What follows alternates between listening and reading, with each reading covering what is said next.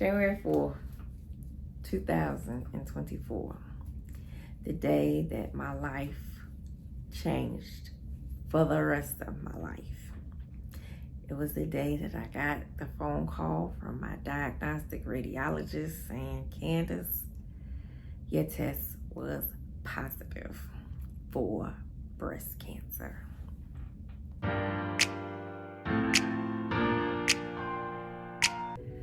Okay, yes. So, I was diagnosed the beginning of this year, unfortunately, with breast cancer, excuse me.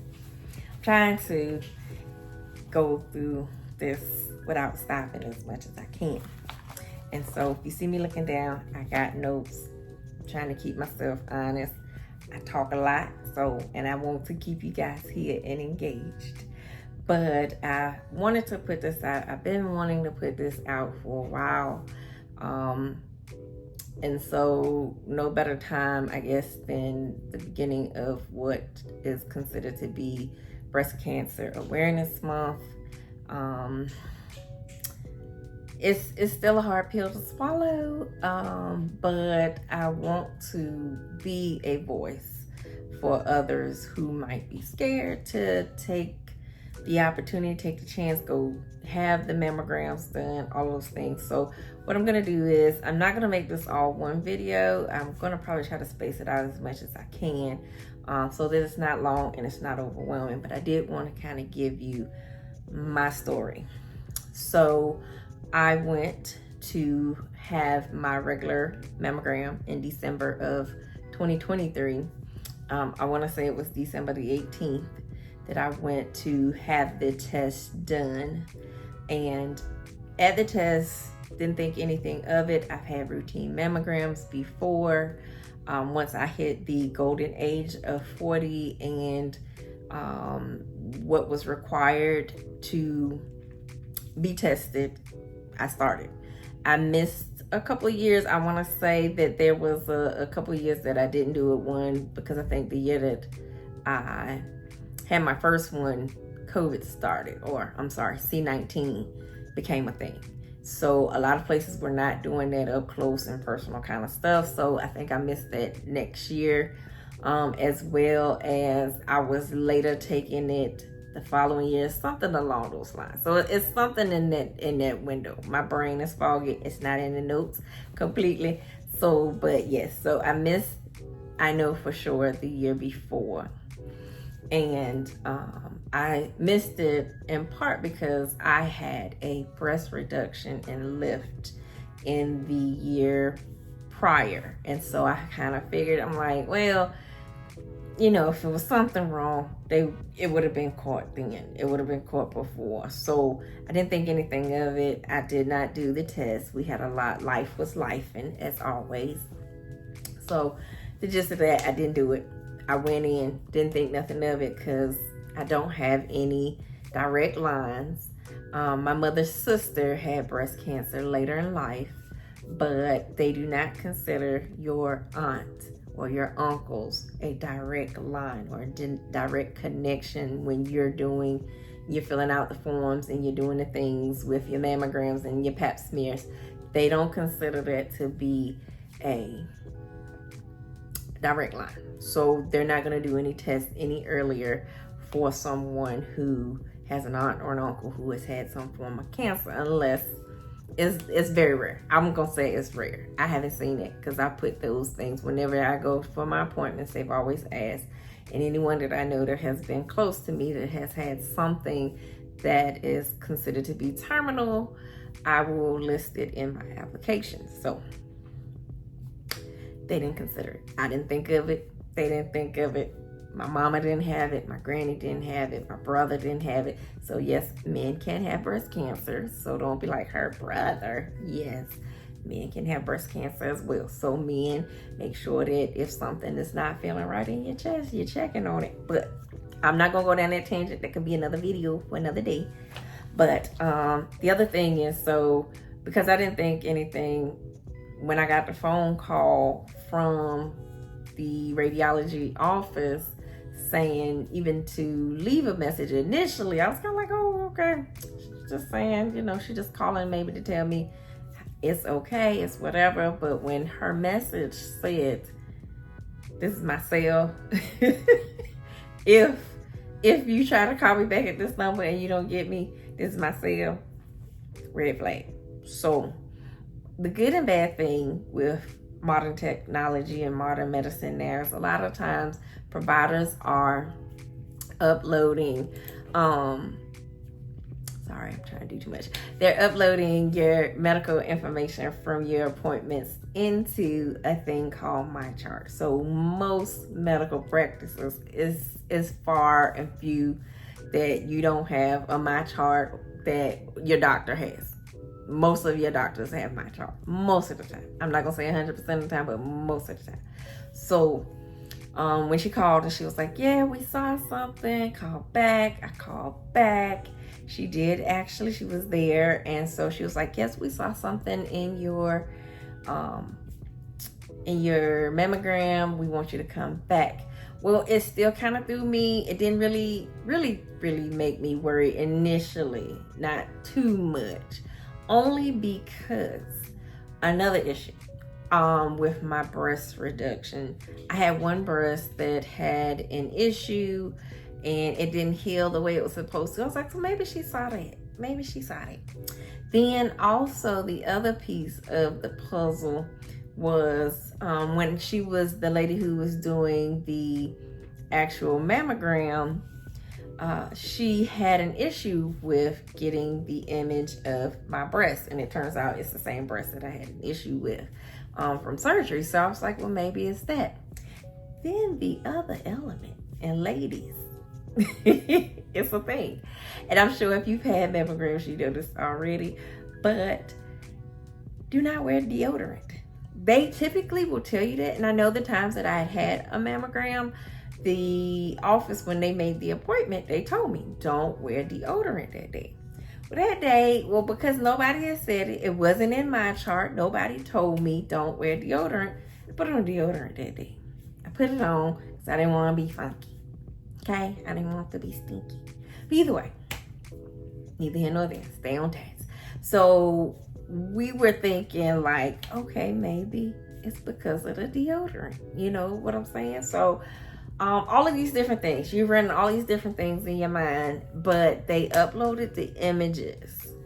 And this is the other piece, this is the other caveat, this is the other issue with me having my mammogram like a week or maybe a little bit, maybe 2 weeks before Christmas. Maybe it wasn't the 18th, it might have been a little bit earlier than that. Either way it goes, I had it right before Christmas. So things that normally kind of would move a little swifter didn't move as swift to me. But looking back, hindsight, it's like, yeah, we made some moves. We did some things. So, but either way, we're at about 7 minutes. I don't want to go too long. And whatever I don't finish today, I will continue in another series of videos because I don't want to be too long. I want to keep your attention. But either way, so I went to get my everything was pushed out. And it got pushed out because of the holidays. And when you're in those holding patterns and you're trying to figure it out, it is very, very scary. It's very scary. You're going through 101 things. You are Dr. Google. You're everybody but somebody who has all of their good senses in that moment. And you're still supposed to try to figure out how to live. And it's 2024. Modern medicine is way more advanced than it was maybe even 5 years ago. So, you know, you might have had an auntie or uncle who did not thrive after cancer. And so you think about that in those moments, but you don't, typically you're not seeing those kind of things as often now with all of the changes. But you do have those moments where you feel like I've got small kids, I've got a husband, I've got a job, I've got life, my own life, you know, beyond all of those things. And you worry. You don't know what it looks like in terms of treatment, and you fret.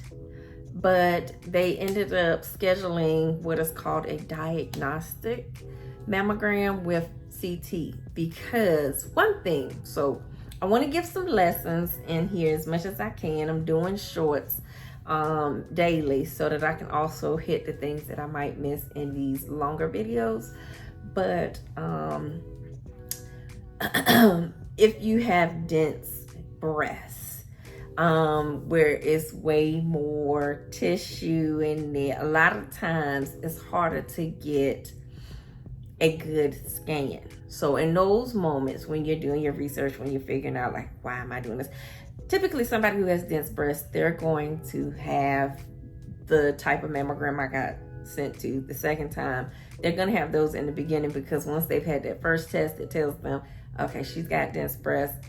A lot of these images look like the same as if it's cancerous, but mine was not. My breasts were pretty much fatty. So that was what made the red flag stick up for the radiologist when she saw it.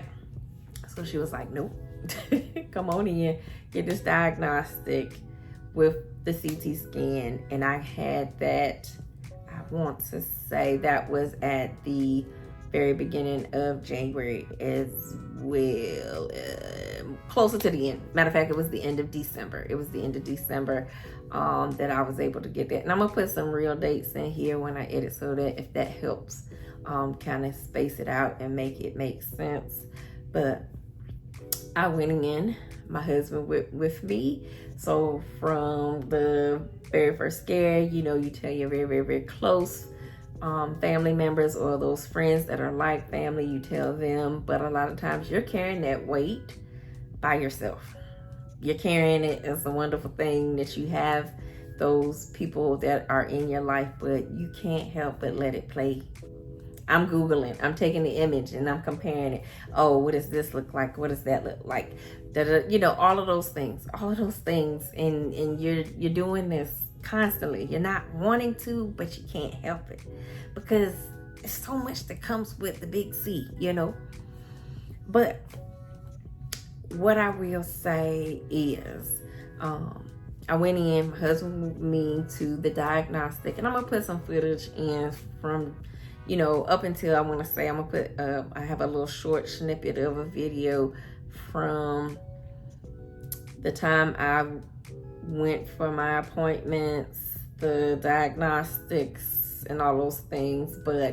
And I'm gonna stop here because I don't want to go too long. I want to kind of keep us together, so I'm gonna stop in about 2 or 3 minutes. And that is, I went for the diagnostic. The diagnostic, what they do is they insert a IV, and they actually, you know, send the same thing through your veins, is contrast in your veins that they would if you were going for MRI, CT scan, those kind of things. Because when they send it through, they want to take that picture right in that moment, because they want to be able to look and see what all, when it lights up in the image. So they take some with the contrast and they take some without. And in the appointment, the actual appointment itself, they have the diagnostic radiologist on the phone, because they're seeing the images as they come through. I'm telling you, modern technology. I don't know what they were doing before this, but it just blows your mind, because as the mammogram is taking place, they're able to see it real time from wherever they are within your said medical facility, and they can say, okay, this don't look right, or have I do this, have I do that. And so that's what happened. I'll go into the details of that appointment in our next video, and the things that kind of helped me realize that everybody in the room knew what was going on except for Candace. But I kind of felt that way. I told my husband, and you know, your family's supposed to be optimistic. They're supposed to kind of keep your head above water, because they know that you're sinking, and you're sinking real slow. So, you know, it's like I just knew. I knew before I knew. because I could tell how I was being treated. And it's not to say that they probably don't treat everyone that way, but it's kind of like when you're in a room and everybody knows what's going on except for you. Like, it's like the girlfriend who is laying with your man, you know, and you don't know, but they know, and you in the room, but you got this sneaky suspicion, like something ain't right. That's what that was. So, but we'll pick it up again. Like I said, I'm gonna insert a video, just a little short, little 2-minute snippet of just from that first appointment, or the second appointment technically, up until a little bit after my mastectomy. So it's really, really short. It was really, really short. And we'll go into all other things. But thank you guys for sticking with me in my scatterbrain. I appreciate it. Make sure, if you haven't already, hit the thumbs up, hit the like, that is the like, hit the like, the subscribe bell, and stay engaged. Chat with me. I plan to make, because October is also my birth month, and so I plan on doing Vlogtober. I know a lot of the vloggers do Vlogmas, not necessarily Vlogtober, but I am going to do this because I want to push myself. One, I want to get our page going again and posting on a consistent basis and being very strategic in what I'm posting, but at the same time, so my entire vlog is not going to be just about my journey, but I do want to be helpful as I can be for someone who is like me, who was looking for those things that I couldn't find. I could find certain videos, I could find a ton on certain topics, but not a lot on things that were centered around my specific diagnosis. So I want to be the help, but I also want to incorporate my family. And I've been doing shorts with my baby. My baby's on the spectrum. My son is on the spectrum as well. So we'll do videos around that again. We're going to pick back up, and we just appreciate the love. And I appreciate you. If you have stuck with me this long, thank you. Thank you, thank you, thank you. And I'll be back tomorrow with the next part. And let's keep it going. Put something in the chat, not the chat, put something in the actual comments and let me know you're still with us. But don't forget to hit subscribe and like and leave a comment. I love y'all.